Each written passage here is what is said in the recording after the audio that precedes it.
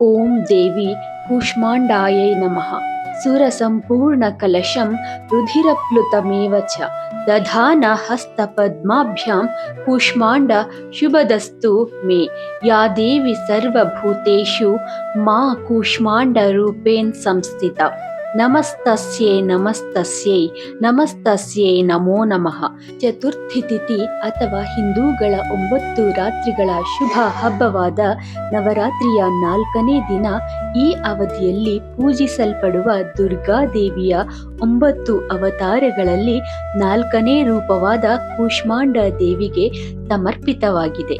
ಸಿದ್ಧಿದಾತ್ರಿಯ ರೂಪವನ್ನು ಪಡೆದ ನಂತರ ಪಾರ್ವತೀ ದೇವಿಯು ಶಕ್ತಿ ಮತ್ತು ಬೆಳಕನ್ನು ಸಮತೋಲನಗೊಳಿಸಲು ಮತ್ತು ವಿಶ್ವದಿಂದ ಶಕ್ತಿಯನ್ನು ಬಿಡುಗಡೆ ಮಾಡಲು ಸೂರ್ಯನ ಮಧ್ಯದಲ್ಲಿ ವಾಸಿಸುತ್ತಿದ್ದಳು ಎಂದು ನಂಬಲಾಗಿದೆ.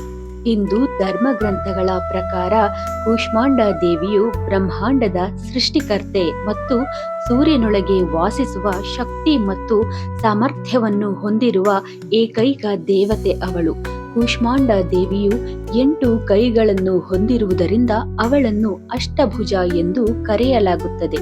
ಅವಳು ಬಲಗೈಯಲ್ಲಿ ಕಮಂಡಲ, ಧನುಷ್, ಬಡ ಮತ್ತು ಕಮಲವನ್ನು ಹಾಗೂ ಎಡಗೈಯಲ್ಲಿ ಅಮೃತ, ಕಲಶ, ಜಪಮಾಲೆ, ಗದ ಮತ್ತು ಚಕ್ರವನ್ನು ಹೊತ್ತಿದ್ದಾಳೆ. ಸಂಸ್ಕೃತದಲ್ಲಿ ಬ್ರಹ್ಮಾಂಡ ಎಂದು ಕರೆಯಲ್ಪಡುವ ಇಡೀ ವಿಶ್ವವನ್ನು ಮಾತೆ ಕೂಷ್ಮಾಂಡ ಸೃಷ್ಟಿಸಿದಳು ಎಂದು ನಂಬಲಾಗಿದೆ. ತನ್ನ ಸ್ವಲ್ಪ ನಗುವನ್ನು ಮಿನುಗುವ ಮೂಲಕ ದೇವಿಗೆ ಕೂಷ್ಮಾಂಡ ಎಂದು ಕರೆಯಲ್ಪಡುವ ಬಿಳಿ ಕುಂಬಳಕಾಯಿಯ ಬಲಿ ಇಷ್ಟವಾಗುತ್ತದೆ ಮತ್ತು ಅವಳ ಜಪಮಾಲೆಯು ಸಿದ್ಧಿಗಳು ಮತ್ತು ನಿಧಿಗಳಿಗೆ ದಯಪಾಲಿಸಲಾದ ಎಲ್ಲಾ ಶಕ್ತಿಯ ಮೂಲವಾಗಿದೆ ಎಂದು ಪರಿಗಣಿಸಲಾಗಿದೆ. ಕೂಷ್ಮಾಂಡ ದೇವಿಯು ಸೂರ್ಯನ ಶಕ್ತಿಯ ಮೂಲ. ಅವಳಲ್ಲಿದೆ ಸೂರ್ಯನ ಬೆಳಕು ಮತ್ತು ಶಕ್ತಿಯು ಮಸುಕಾಗುತ್ತದೆ ಮತ್ತು ಕುಂದುತ್ತದೆ ಮತ್ತು ಶಕ್ತಿಹೀನವಾಗುತ್ತದೆ. ಬ್ರಹ್ಮಾಂಡವು ಅಸ್ತಿತ್ವದಲ್ಲಿಲ್ಲ ಮತ್ತು ಎಲ್ಲೆಡೆ ಕತ್ತಲೆ ಎಂಬ ಮೇಲುಗೈ ಸಾಧಿಸಿದಾಗ ಮಾ ಕೂಷ್ಮಾಂಡ ಕಾಸ್ಮಿಕ್ ಮೊಟ್ಟೆಯನ್ನು ಉತ್ಪಾದಿಸಿ ಬ್ರಹ್ಮಾಂಡಕ್ಕೆ ಬೆಳಕನ್ನು ತಂದಳು. ಕೂಷ್ಮಾಂಡವು ಸೂರ್ಯನ ಮಧ್ಯಭಾಗದಲ್ಲಿ ವಾಸಿಸುವ ಶಕ್ತಿ ಮತ್ತು ಶಕ್ತಿಯನ್ನು ಹೊಂದಿದೆ.